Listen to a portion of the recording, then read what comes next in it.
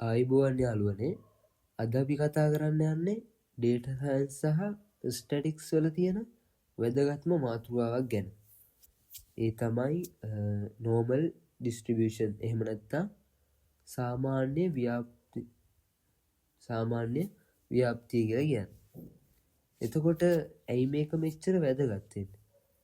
මොකද සබහා ධර්මයේ තියෙන ගොඩක් දේවල්, ඒ කියන්නේ මිනිසුන්ගේ උස, බර, එහෙමත් නැත්නම් විභාග ලකුණු වගේ දේවල් හැසිරෙන්නේ මෙන්න මේ රටාව අනුව.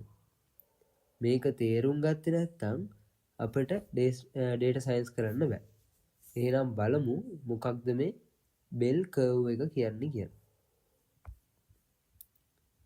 අපි මුලින්ම කන්ටිනියස් ඩිස්ට්‍රිබියුෂන් වල හැඩයන් දෙකක් බලමු. පළවෙනි එක තමයි යුනිෆෝම් ඩිස්ට්‍රිබියුෂන් කියන්නේ. මේක හරියට පෙට්ටියක් වගේ. හැම දෙයකම තියෙන්නේ සමාන අවස්ථාවක්. උදාහරණයකට ඔයා දන්නවා නම් බස් එක 10යි 15ත් අතර එනවා කියලා. ඒ අතර ඕනම වෙලාවක බස් එක එන්න තියෙන්නේ සමාන chance එකක්. හැබැයි දෙවෙනි එක තමයි normal distribution. ඒක ඊට වඩා වෙනස්. මේකෙදි මැද හරිය උසයි. දෙපැත්ත පාතයි. ලෝකේ වැඩිපුරම දකින්න ලැබෙන්නේ මේක.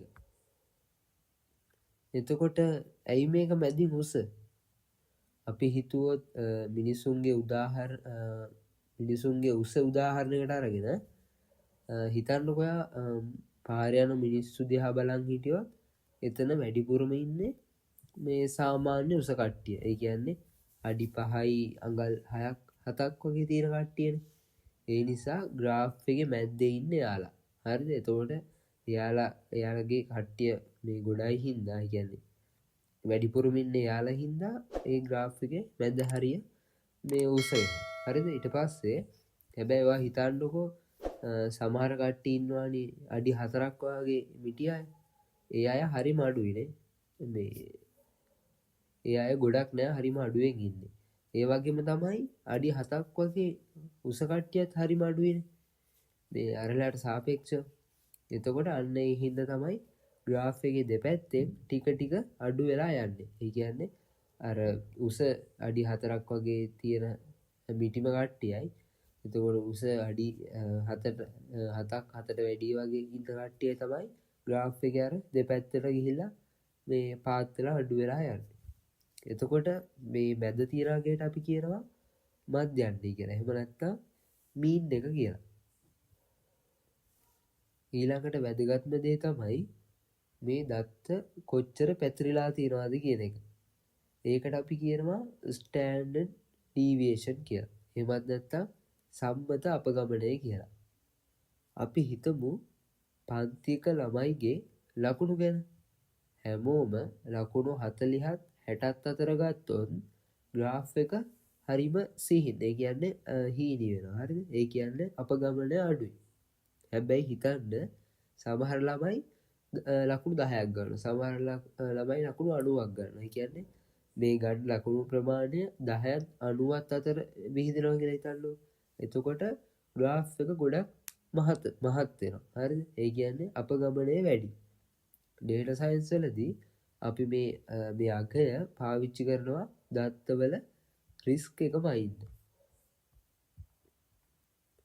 normal distribution එකේ තියෙන වටිනාම නීතිය තමයි මේක. සාමාන්‍යයෙන් ඕනෑම දත්ත ගොඩක මධ්‍යන්නේ ඉඳන් දෙපැත්තට එක් පියවරක් ගියාම, ඒ කියන්නේ මුළු දත්ත වලින් 68%ක්ම අහු වෙනවා. හරිද? එතකොට පියවර දෙකක් ගියාම 95%ක්ම අහු වෙනවා. හරිද? ඔයාලට මතකද මැතිවරණ ප්‍රතිඵල කියනකොට? හරිද? එතකොට කියනවා 95%ක confidence interval එක අතර තියෙන්නේ කියලා. හරිද? අන්න ඒක ගන්නේ මේ නීතිය පාවිච්චි කරලා. යම් දත්තයක් මේ 95%න් එළියට ගියොත් අපි ඒක අසාමාන්‍ය දෙයක්. එහෙම නැත්නම් අවුට්ලයර් එකක් විදියට සලකනවා. දැන් ප්‍රශ්නයක් තියෙනවා. අපි කොහොමද වෙනස් දේවල් දෙකක් සසඳන්නේ? හිතන්න ළමයෙක්ට ගණිතයට ලකුණු 80යි ඉංග්‍රීසි වලට ලකුණු 85යි කියලා. හරිද? එයා දක්ෂ ඉංග්‍රීසි වලටද? නිකම්ම කියන්න බෑ. මොකද සමහර විට ඉංග්‍රීසි පේපර් එක ලේසි වෙන්නත් පුළුවන්. මේ ප්‍රශ්නේ විසඳන්න අපි හැම දත්තයක්ම ස්ටෑන්ඩඩ් එකකට හරවනවා. හරිද? ඒකට තමයි ඉසඩ් ස්කෝර් එක කියන්නේ. මේ සූත්‍රයෙන් අපි බලනවා ඔයා සාමාන්‍ය මට්ටමට වඩා පියවර කීයක් ඉස්සරහින්ද ඉන්නේ කියලා. ඉසෙඩ් අගය 0යි කියන්නේ ඔයා හරියටම මැද. හරිද? එතකොට ඉසෙඩ් අගය ධන නම් ඔයා සාමාන්‍ය මට්ටමට වඩා දක්ෂයි. අන්න එහෙම තමයි මේක බලන්නේ. හරි යාළුවනේ, අද අපි කතා කරේ data science වල රජ්ජුරුවෝ වගේ ඉන්න normal distribution එක ගැන. අද homework එකෙන් අපි බලමු ඔයාලගේ Z score දැනුම. IQ ටෙස්ට් එකක සාමාන්‍ය ලකුණු 100යි. හරිද? එතකොට ස්ටෑන්ඩඩ් ඩීවියේෂන් එක 15යි. ඔයාගේ යාළුවෙක්ට ලකුණු 130ක් තියෙනවා නම් එයාගේ Z ස්කෝර් එක කීයද? සූත්‍රය පාවිච්චි කරලා උත්තරේ කමෙන්ට් එකක් දාන්න. ඊළඟ වීඩියෝ එකකින් අපි බලමු කොහොමද මේ දැනුම පාවිච්චි කරලා හයිපොතෙසිස් ටෙස්ටිං එක කරන්න කියලා.